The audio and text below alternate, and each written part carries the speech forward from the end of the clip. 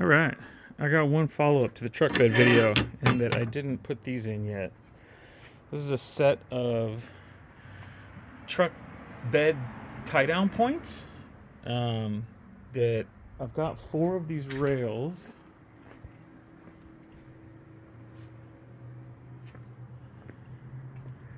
Let me get the rest of it. Okay, so here's the full setup. So I've got 4 of these rails. There's 3 more in the box, trust me. And then I've got 8 of these that came with it. And what these do is that you pop them in the rail like this, and then they stay in place along the rail. So there's these little circular places that you can like remove them. I thought you would do them like sideways or whatever. I guess you could also, no. The idea is that you put them in like that, and then they lock in place, and then this becomes a tie down. And you can basically put it anywhere along the rail. And so I've got 4. That's probably very loud.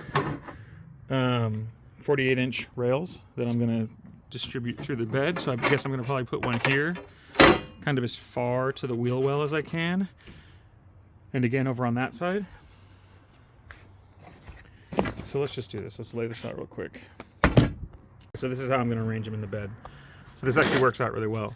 So having them against as far to the left and the right as they can go, and then looking at that nut right there, that bolt right there on the rail, coming down and counting out, what you end up with is a rail, and then 4 blanks, and then a rail, and then 4 blanks, and then a rail, and then 4 blanks, and then the rail.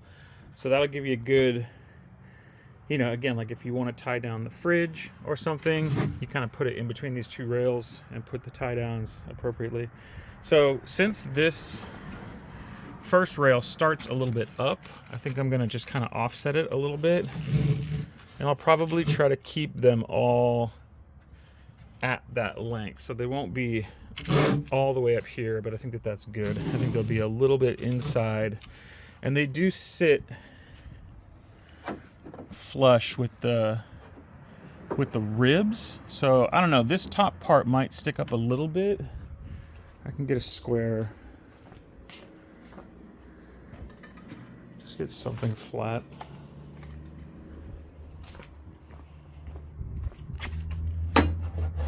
Yeah, so things will slide along the ribs when this is bolted into place. I'm not feeling like this is going to be a huge issue. You know, this is not my carpenter square, but, you know, I think it's good enough to demonstrate that the tops might get a little bit beat up, but I'm not too worried about it. And then again, these are anodized. Once they get some scratches on them, they might expose the inner silver. I'm not super worried about it. This is going to be the bed of a truck. It's going to take abuse. That's fine. This is just going to give me way more access points that don't interfere. Like I see a lot of kind of access point kits that get sold that are like permanent kind of D-rings, kind of like this kind of thing that you would just jam down in between a rail. But then this thing's, you know, in the fucking way all the time. So I do want to be able to, like, you know, slide a sheet of plywood in there or something if I wanted to without this interfering a lot. So we'll see how it goes. The kit comes with, like I said, it comes with 8 of these connectors here, right? And then you can also just buy connectors if you want to buy an extra 6 or 4 or whatever. These are pretty common. I think this is kind of like a, you know, these are all cheap versions of things that are well documented. So there's a system, I don't know the name of it, I'll put it up on the screen, that's kind of the core one that this is a rip-off of, basically, that's a cheaper model of. And so again, depending on how much money you want to spend, you could probably spend more and get a nicer set.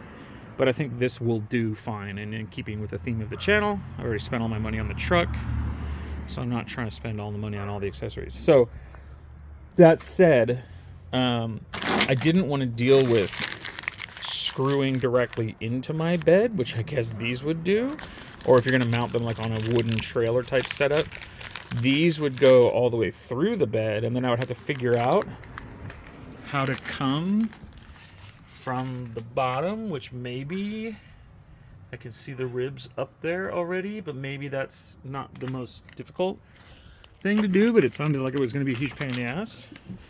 So I went ahead and bought one of these, which you might already have or you might not, but it's a nut cert tool, they call it, a rivet nut tool kit. This was like 29 bucks or something, maybe 19 bucks. I don't know. Again, I'll put up the thing on the description. So, you know, things like this, I don't mind buying tools like this if it's going to facilitate the installation of this kit. And then I also just have this tool in the long run. I've bought like a smaller rivet tool that I use now regularly. I bought some hydraulic crimpers for doing things like these. Like when I ran my winch, I needed to have, you know, 0W or 1/0 gauge wires. And so I have a hydraulic set that could crimp those. So yeah, you know, you're buying a tool, but then you end up with a tool in the long run. What I didn't have with this tool kit, with the Nutsert tool, was that it came with, you know, a bunch of different, like, oh, these are 3/8 16s, these are 1/4 20s, these are M8, these are M10 or whatever. I realized that doing these nutserts into the bed would be a much easier way to do it. I mean, it's still going to be a pain in the ass, but this would be a nice kind of happy medium without having to crawl into the truck and figure all that shit out. So I bought 2 packs of 30, so I've got 60 of these, and this will be useful for not only mounting this kit. So each rail has 10 holes in it, and I think you don't want to skimp on like doing every other screw. You want there to be a screw next to wherever the mounting ring is, so that when you pull up on it, it's got a good position, a good bite. And then I also splurged like another $9 or 13 bucks or something, and I bought 50 M820 screws. So hopefully these fit through here. Let's moment of truth here. Let's find out. But I assumed that since these screws are quarter sunk, I think these are too big, honestly. Yeah, shit.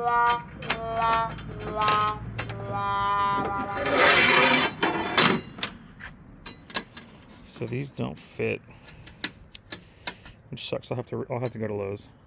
A few moments later. Okay. So the way I lined these up, I basically measured 7 inches in from the bed, and then I just went down the row with my paint pen on each of these. I marked out where the holes are gonna be. Now, since the bed is not steel or aluminum, it's this composite stuff, it's actually super easy to drill through.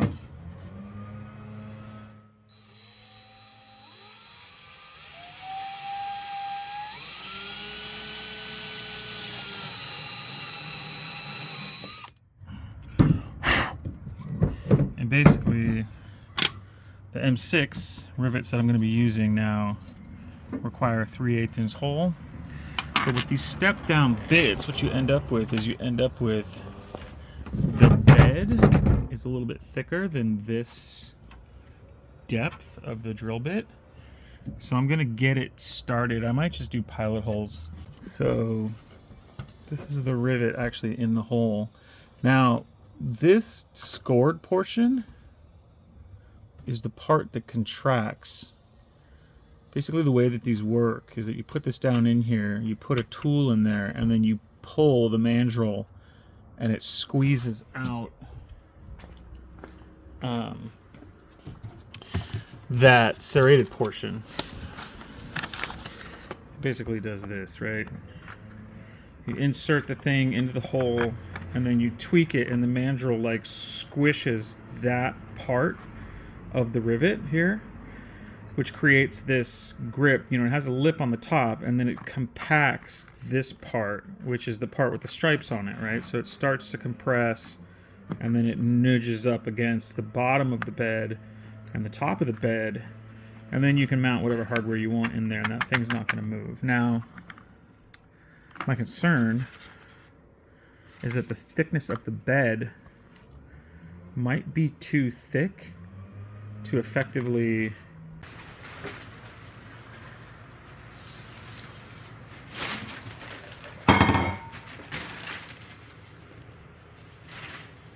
Okay, so I've got a bit of a decision to make here, and this sucks. As expected, these ones don't have a long enough barrel. The deformation part, this part that's focused, that part that has the little knurling around it, that's the part that deforms to pinch the actual piece. And so in theory, it can just expand a little bit and still grab into the piece. The alternative is something like this, which actually deforms in a different way. And so I've got samples here. So the one thing that's being shown here is that it domes up a little bit, which actually won't happen. This is because the mandrel tool that I had didn't fit this length of a barrel. And so I tried doing it just without this housing itself on here. And so the barrel kind of domed into this recess here. So it won't stand up like this. It'll be flat. It'll be flush like this. But the bottom is what matters, right? So again, with the normal one, the silver one here, it doesn't really deform appropriately on the far side. It just expands a little bit.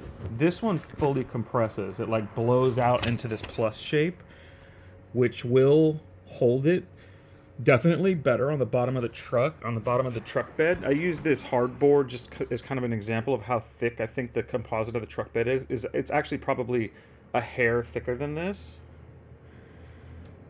The thing that I hate is that I like these silver ones better. These are stainless steel, but you can see what it's doing to the hardboard as it expands. It basically just blows out the hole. Whereas this one expands more softly. It doesn't like rupture the hardboard as it is used in the mandrel, as it compresses, because it's blowing out these like pre-cut, rather than fully deform the actual barrel, it splits along these cuts. Now this is supposedly, this is like zinc coated. I mean, these are super cheap, but they supposedly are like carbon something that isn't gonna rust. I'm not wild about the gold. I don't really care too much because they're gonna be, again, underneath the railings. So this morning I've been drilling out the pilot holes to kind of get these lined up. So I have up to a 1/4 inch hole drilled, but that's still too small. I'm gonna have to come through and get a, I think a 3/4 or something. I have to look at what the drill bit is, but I have to get it up to this size in order to fit the actual nutsert in there.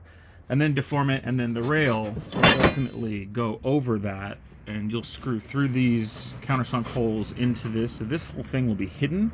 And so one little pro tip, this hole looks super smooth because I drilled it with one of these stepper down bolts, and then I cleaned up the hole with the actual 3/8 drill bit. When I actually come through and I just went from the 1/4 to the 3/8, it really tears up the composite bed. I did that twice and then I stopped, or I did it 3 times, I guess, and then I stopped. So I'm gonna go through with the composite, or with the stepper bit. I've marked where the 3/8 hole. So the replacement that I've come up with for the mandrel tool is just sliding some washers on here. And so basically what you want is you want the tool open, extended as far as it can go, and then just slide washers on until you just get enough that you're gonna get a good grip. You don't wanna rip out the first few threads, but you also wanna get as much extension as you can. And so with this in place, stick that down in there and chunk it. And what I did was I stripped the fucking threads, of course. Okay, there's all the rivets installed, all 40 of them. Looking good. I realized I kept trying, I don't know why, I was trying to stack like washers. You only want one washer. You want maximum thread engagement, right? Or else it's just gonna pop out the first thread or two. So this is what you wanna do. You wanna hand tighten this on here. Don't put the rivet in the hole and then try to put the rivet tool in and then screw it, because all that's gonna happen is it's just gonna spin the rivet in the hole. So you wanna hand tighten it on the thing, smack it down in there, push it together, and then you use this part up here to unscrew it. So after doing 40, I think I'm an expert now. So that was useful. I did screw up one of them. The thread, like one of the first ones I did, the thread's ripped out, and I had to get under it, bang it from the bottom, because the little plus shape wasn't fully deployed. It was only barely bowing out. It wasn't like this. It was like this part had barely compressed, and so I was able to get under it. Luckily, it was one of the ones that's kind of closest to the tail here, and I got a giant screwdriver here, and I put it up under the rivet and was able to like knock it up enough to get a claw hammer under it and just yoink it out and then do it correctly. So yeah, I had one that I screwed up, but you know, after doing 40, I'm confident. And then these are my screws that I got that are what, 18 millimeter, which again are like 20 millimeter M6, I think. And so I needed to make sure that these will reach through and hit the threads, and they do. And so I've got a bit on my drill.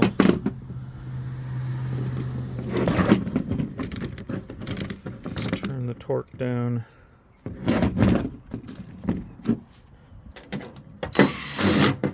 Right. So that's perfect. It's flush. And so I've got 30 of these screws. I need 40 of them, but I got 30 of these screws, and so I've got another pack that's on the way that'll come from Amazon tomorrow. But I'll put most of these in. I'll probably leave the ones closest to the tailgate. All right, and there it is in all its glory. Again, missing a few screws, but they're arriving, and I just kind of spaced them out a little bit. So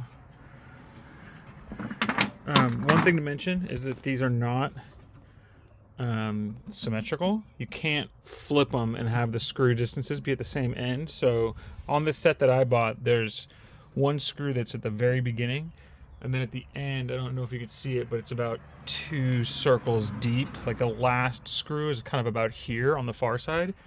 So make sure that, I mean, if you want it to be, if you're OCD about it and you want all the screws to line up in the beginning, then make sure that you've laid them out that way when you actually do the marking and drilling.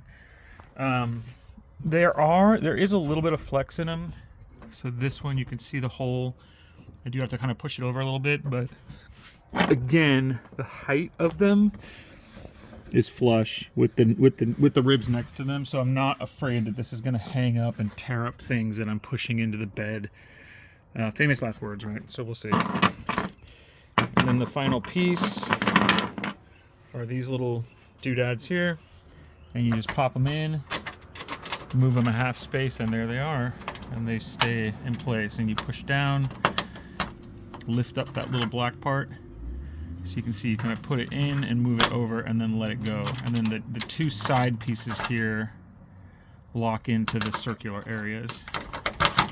And so you can put those wherever you want. You've got 8 of them, and if you wanted more, you can always buy more. But now I've got these kind of anywhere I want them in the back, in the bed. So that will be nice. So that's the end of this install. Thanks for watching.